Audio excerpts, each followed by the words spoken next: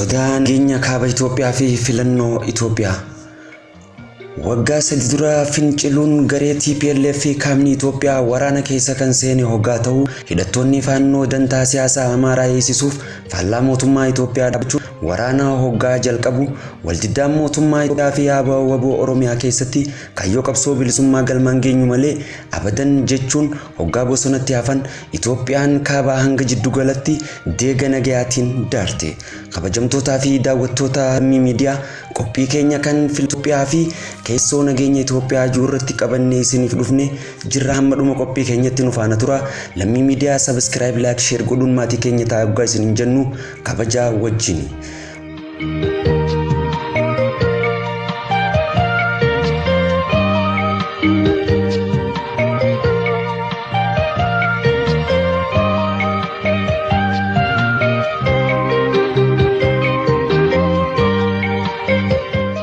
Warraaqsi siyaasaa qeerroo Oromootiin jalqabame hoggansa siyaasaa Oromoo garii kan baqatan hoggaa galchuu garii kan dhokatan dirreetti baasuun sochiin jalqabamtee Itoophiyaa raasuun hanga jalqaba gaafa Afrikaa luluun gurri addunyaa jijjiirama siyaasaa Itoophiyaa akka dhaggeeffatu taasise. Waggaa 27 oliif Itoophiyaa fi gaafni Afrikaa kan oggolchiise murni TPLF diinagdee siyaasaa to'annoo isaanii jala oolfachuun saduu fi qananii akka waan badhaasa rabbitti ilaaluun akka fedhan irratti tattahaa bahan. Bara 1981tti humna waraana kaabaa gurmeessuun mootummaa dargii kan fonqolchee murni TPLF yeruma sanitti dhaaba siyaasaa Oromoo ABO taphaa ala godhuun akka shororkeessummaatti farrajuun dirree siyaasaa keessaa fageessan. Yeroo ABO'n waraana Itoophiyaa keessaa baasanitti michuu walii kan turan TPLF fi waraanni Shaabiyaa dibanii dantaa siyaasaa irratti waldiduun Eertiraan Itoophiyaa irraa mogolanii Shaabiyaaf kennan. Ulaan galaanaa dantaa biyyoolessa Itoophiyaa ta'ee kan ture yeroo kanatti irraa hongaudhaan lammiileen biyyattii kufaatii diinagdee jalatti kufan. Waliigalteewwan guddinaa Itoophiyaatti gufuu ta'an yeroo kanatti minjaala Itoophiyaa irra guutuudhaan liqii addunyaa keessa kan galche ummanni Itoophiyaa walumaa galatti khaznaan diinagdee Itoophiyaadha qullatee dirreetti hafe. Sabni walqixxummatti amanuu fi dhiibbaaf hin callifne sabni Oromoo guyyaan geenyaan furmaata saba Itoophiyaa hundaa fiduuf xiqqaa fi guddaan bahee imaammata sirna TPLF diduun morme. Fincilli sirna mootummaa TPLF kan taankiidhaa fi baankiidhaan jabaate dura dhaabbatee du'a irratti olaantummaa horate. Fincilli qeerroo Oromootiin jalqabame kun TPLF dadhabsiisuun injifannoodhaan goolabe.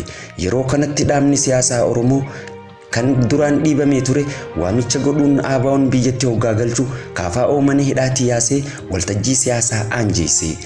Namoota siyaasaa waloodhaa fi matayyaan qabsaa jiraniif gaaddisa tokkotti fide.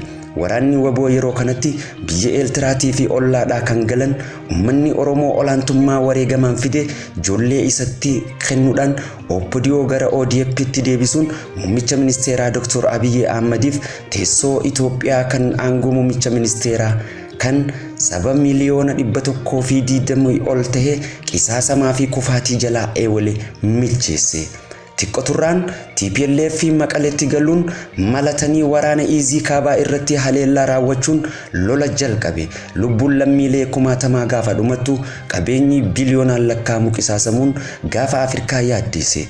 Yeroo sanitti Eertiraan Itoophiyaa wajjin hariiroo qabaachuu waan turaniif waraanni Itoophiyaa deeggaruuf dhufuun dantaa fi hijaa isaanii bahuuf xiyyeeffannaan muummichi ministeeraa yeroo sadii ol waan kana akka dhaaban gaafatus dadhabamnaan marsaa lammaffaaf mootummaan Itoophiyaatii fi Eertiraa jidduutti wal dhibdeen dhufte.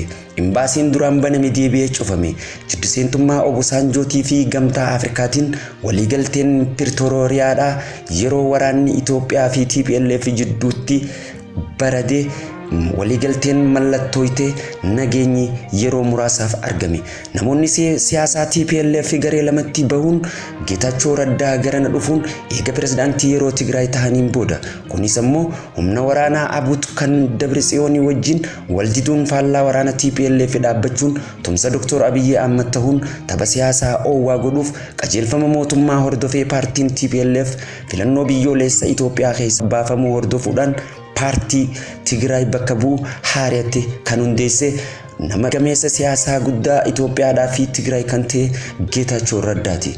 Kanaan booda immoo waraanni TPLF waraana Shaabiyaa wajjin walii galuun nageenya kaaba Itoophiyaa balleessuuf michooma Masrii fi Eertiraa godhachuun humna haaraa ijaarrachaa yeroo jiran kanatti Itoophiyaan ammoo yeroo kanatti jaatanii filannoo biyyoolessaa gaggeessuuf yeroo hojjechaa jirutti.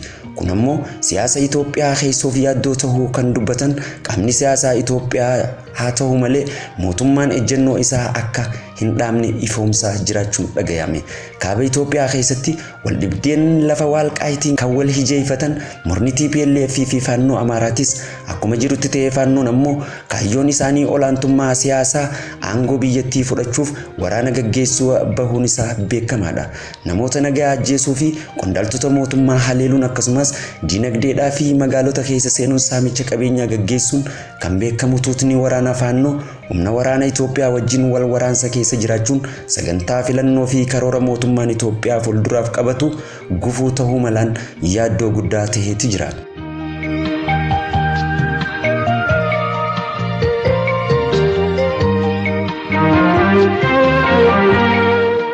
Yeroo dheeraadhaaf lixa Oromiyaa fi kibba Oromiyaa akkasumas giddugala Oromiyaatti sochii qabsoo hidhannoo godhaa kan ture waraanni waboo gariin waamicha mootummaatiin galuun yaadannoo yeroo dhihooti. Haa ta'u malee humna waraanaa waboo haala duraaniin waraana Itoophiyaa wajjin wal waraanuu xiqqeessanis hanga kaayyoo sabaa galmaan geessutti qabsoo itti fufna jechuun ibsan. Tumsa ta'us ammoo torban kana gareen muummicha ministeera Abiyyi Ahmediin hoogganamtu lixa Oromiyaa naannoo humna waraana waboo keessa sossootti piroojeektiilee garii eebbisuun garii ammoo karoora misoomaatiif dhagaa bu'uuraa kaayuun daawwannaa seena qabeessa taasisaniiti jiran. Hawaasa naannoo wajjin maree kan taasisan muummichi ministeeraa Dr. Abiyyi Ahmed ammas waamicha kabajaa fi nagayaa humna waraana wabootiif godheeti jira. Haala kanaan Itoophiyaan karoora guddinaa qabattee irraa aanuun danda'amaa kan jiru yaaddoo ta'us ammoo jijjiiramni qabatamaan dhufaa jiruu fi hawaasni biyyattii dharraa guddina dinagdee qabaachuun abdii waan ta'uuf haaluma kanaan jijjiiramni qabatamaan biyyoota keessatti kallattii garaagaraatiin dhufaa jiru abdii namatti ho'a. Kanaaf immoo filannoonni gaggeeffamuu hin gaggeeffamu kan filannoodhaan booda maaltu isii mudata kan jiru yaaddoo ta'eeti jira. Kabajamtootaa fi daawwattoota Lammii Miidiyaa qophii keenya filannoodhaa fi keessoo nageenya Itoophiyaa jiru asirratti goolabna. Qophii biraatiin amma walitti deebinutti nagaan nu tura.